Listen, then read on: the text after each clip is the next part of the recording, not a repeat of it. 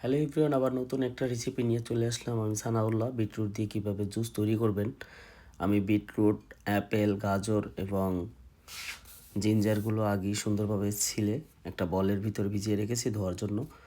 আর আমি আপেলগুলো কাটছি। এই এখন গাজর যেটার ছিল নেওয়া, ওটা কেটে দিলাম। ওটা সুন্দরভাবে ডাইস করে কাটতে হবে, কেননা ব্লেন্ডার সুবিধার্থে। এখানে আমি 3টা বিটরুট নিয়েছি ছোট পরিমাণে। আর যদি কেউ বেশি বানাইতে চান তাহলে বেশি করে বিটরুট নিলেই তার জুসের পরিমাণ বাড়বে।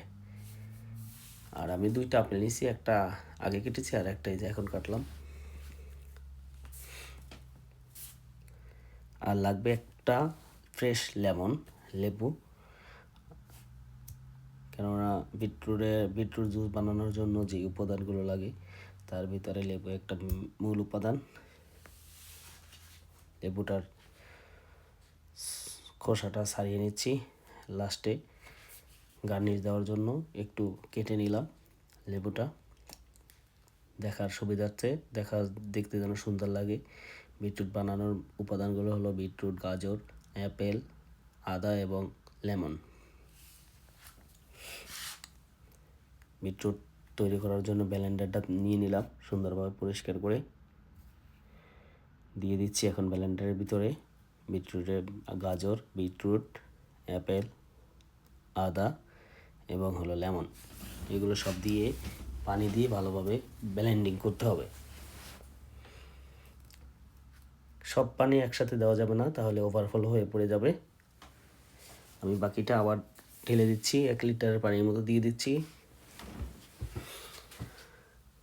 এবং পরিমাণ মতো চিনি দিয়ে দিবেন, যে যতটুকু চিনি পছন্দ করে। আমি একটু কম পছন্দ করি, এই জন্য আমি একটু কমই চিনি দিলাম। এই যে আমার ব্লেন্ডিংটা করা শেষ। এখন সুন্দর কাপড় দিয়ে সেঁকে নিতে হবে জুসটা, যেন বিটরুটের যেই ছোকলাটা থাকে, বিটরুটের যে অংশটা, ওটা খেতে মুখে বাজে, এই জন্য ভালো লাগে না, এই জন্য আমি সেঁকে নিচ্ছি।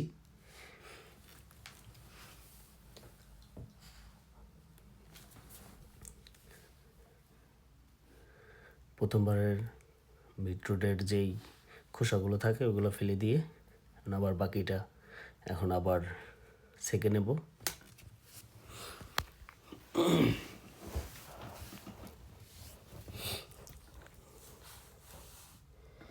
এই যে বাকি সম্পূর্ণটা ছেঁকে নিচ্ছি।